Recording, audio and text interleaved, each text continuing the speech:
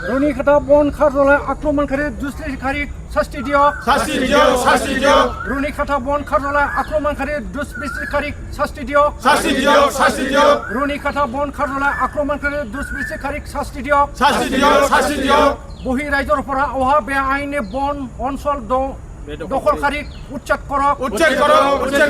बहि रायजरफोरा अहा बे आइननि बन अनसल दखलदारी उच्चेक करक बहि रायजरफोरा अहा बे आइननि बन अनसल दखलदारी उच्चेक करक माओवादी नक्सलबादीफोरा अहमबाखी साबधान हक माओवादी नक्सलबादीफोरा असमबाखी साबधान हक बर'नि आफादफोर खौसे जा बर'नि आफादफोर खौसे जा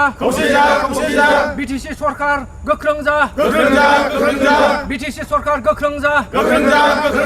रुनिकाटा बन कार्यालय आक्रमणकारी दुष्कर्मकारी शास्ति दियक बहि रायजरफोरा अहा बे आइननि बन अनसल दखलदारी उच्चेक करक माओवादी नक्सलबादीफोरा अहमबाखी साबधान हक जों दिनै बड'लेण्ड जनजाति सुरक्षा मन्चनिफ्राय चिरां जिल्लानि मावख'आव फैदों डिसि अफिसाव दा थांनाय 17 तारिखआव रुनिकाटानि जानाखि फरेस्ट अफिस बेखौ सावथाल उग्रपन्थिफोरा आक्रमण खालामनाय बुख्रुबनाय अस्त्र शस्त्र लुट खालामनाय मटर बुफायनाय आरो अफिसनि प्रपार्टिफोरखौ धंस खालामनाय बिनि सायाव जोङो मेम'रेन्डाम फैदों दा अदेबानि बिनि सिगां जोङो क'क्राझार जिल्ला खुंगिरिनि खाथियावबो जों मेम'रेन्डाम हैखांबाय आरो जोंनि बिटिसिनि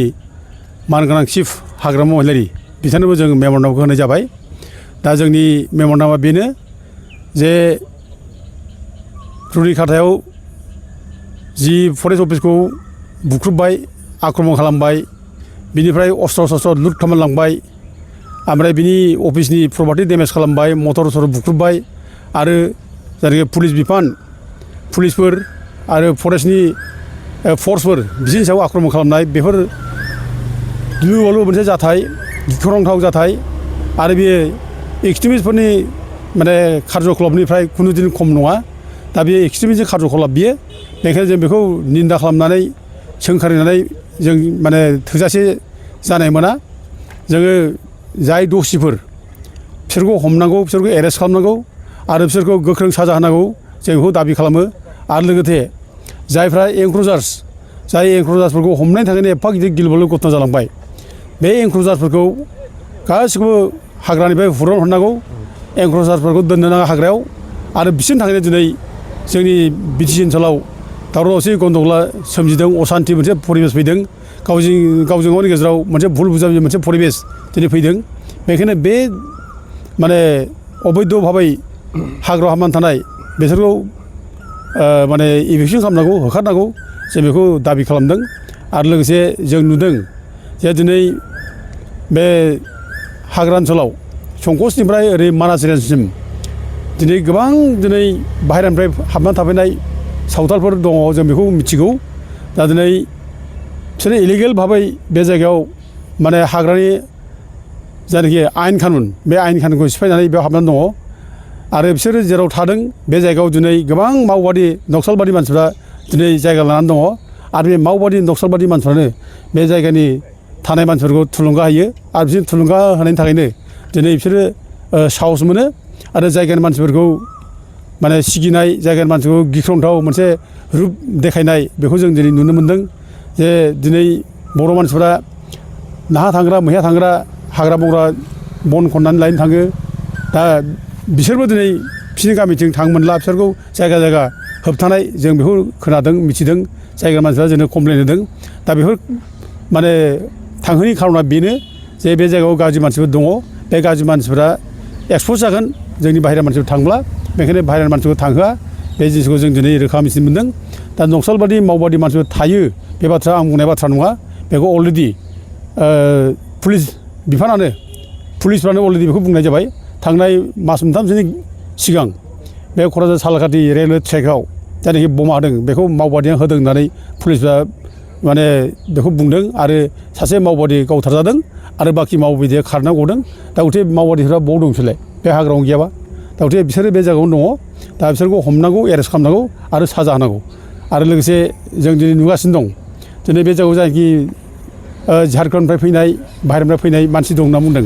नाथाय जों ओरैनो मिथियो जे गोबां मानसिफ्रा बे जायगायाव जायफ्रा दङ बिसोरो बे जायगानि भाषाजों खुनु सोमोन्दो गैया हारसा भाषा रोङा असमिया भाषा रोङा बिसोर हिन्दी रायलायो दा बेफोरावनो हमहायो बिसोर बे जायगानि मानसि नङा बेनिखायनो बिसोरबादि मानसिखौ थाबैनो सिनाक्ट खालामनांगौ आरो दिहुननानै बिसोरखौ एरेस्ट खालामनांगौ आरो जेसेबां इलिगेल भाबै हाग्रायाव हाबनानै दं बिसोरखौ होखारनांगौ जों बेखौ दाबि खालामो आरो जायनाखि फरेस्ट राइट्स एक्ट जायनाखि 2006 बे आयेन बादिबा 13 डिसेम्बर 2005नि समनि मोनथाम जेनेरेसन थानाय जानांगौ बे जायफ्रा हेबिचुवेल फरेस्ट दुइलासफोर जेनेबा सावथालफोर नेपालिफोर गुबुन जाथिफोर बिसोरखौ बुंनाय जादों 13 डिसेम्बर 2005नि सिगां मोनथाम जेनेरेसन थानाय जानांगौ मोनसे जेनेरेसनाव 25 बोसोर 75 बोसोर थानाय जानांगौ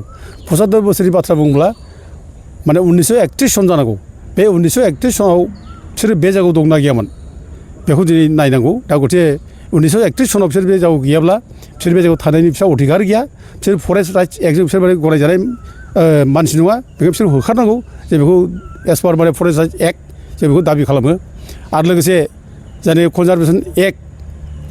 1980 बे कनजारभेसन एक्ट 1980 बादियै बे हाग्रायाव खुनु धरनै जाहाथे हा हु होआ रावनिबो हा हु होनायनि खुनु अधिकार गैया बिफां लाइफां दाननायनि अधिकार गैया दा बिसोर बिटिसिनिफ्रायबो जाहाथे खुनु रावनिबो हा हु होआ फरेस्ट माने कनजारभेसन एक्ट 1980 रुल्स बादियै जाहाथे रावनोबो हा होआ रावनोबो बिफां लाइफां दानो स्कप होआ जों बेखौ बिटिसिखौ खावलायो आरो बे बिटिसिया फरेस्टखौ नायनांगौ फरेस्ट बिफाना बिटिसिनि आन्दार माने कन्ट्रलाव दङ बे ट्रेन्सफार साबजेक्ट फरेस्टआ बिटिसिनि दा गथे गासिबो नायनांगौ दायथ'आ बिटिसिनि दा 1976 आव भारत कन्स्टिटिउसनखौ 42nd एमेन्डमेन्ट खालामनाय जादों 42 एमेन्डमेन्ट 1976 आव जादों भारतनि माने संबिदा आरो बे 42nd एमेन्डमेन्टनि गेजेरजोंनो फरेस्टखौ कनकारेन्ट लिस्टआव दोननाय जादों कनकारेन्ट लिस्ट दोननायाव माने फरेस्टआ सेन्ट्रेल गभर्नमेन्टनि आखायाव थादों सेन्ट्रेल गभर्नमेन्टनि आरो बे फरेस्टनि जेसेबां मोजां गाज्रि नायनाय हाग्रा बंग्रा सोरबा सिफायदोंबा बेखौ होबथानाय हाग्रा दानदोंबा होबथानाय सोरबा हा सेना लादोंबा होबथानाय ओमफ्राय सोरबा एनक्ल'ज खालामदोंबा होबथानाय ओमफ्राय सोरबा जिब जुनार गावथारदों बुथारदों बेखौ होबथानाय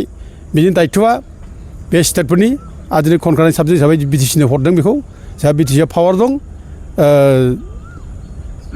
हाग्रा ओनसोलखौ नायनो थाखाय दा बेनिखायनो दा इभिकसन जुदि खालामोब्ला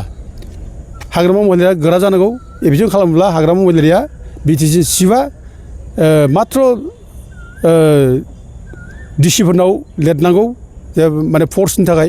जाहाथे फर्स एभेलेबल हरो एक्सन लानो थाखाय मेजिस्ट्रेट माने हरो दा बेखौ बिटिसिनि जायनाखि फरेस्ट डिपार्टमेन्ट डिअफ बा CSD बिसोर बादि लिरब्लानो बेखौ माने डिसिआ हरखागोन दा एक्सन जानांगौ जों बेखौ दाबि खालामो आरो बिटिसिआ बे एक्सन हाबाखौ मावनो थाखाय गोरा जानांगौ जों बेखौ बिटिसिनावबो जोङो आसा खालामो आरो लोगोसे जों दिनै खावलायनो लुबैयो बयबो बर'नि आफादफोरखौ जाहाथे बर'नि आफादफ्रा बयबो खौसे जायो गोरा जायो दिनै बे बिराद गिदिर मोनसे थ्रेट बे जोंनि थाखाय शिक्षा लानांगौ जोङो बुजिनांगौ दिनै एफा गिदिर घटना जाबाय बेखौ साधारन घटना साननो नाङा जे जोङो बे माने बिटिसिआव सोरबा सरकाराव फैनो थाखाय जादों होनलायनानै जों दाय दस बारग'लायबाय थानो नागिरनाय बे गाज्रि एनिमिफोरखौ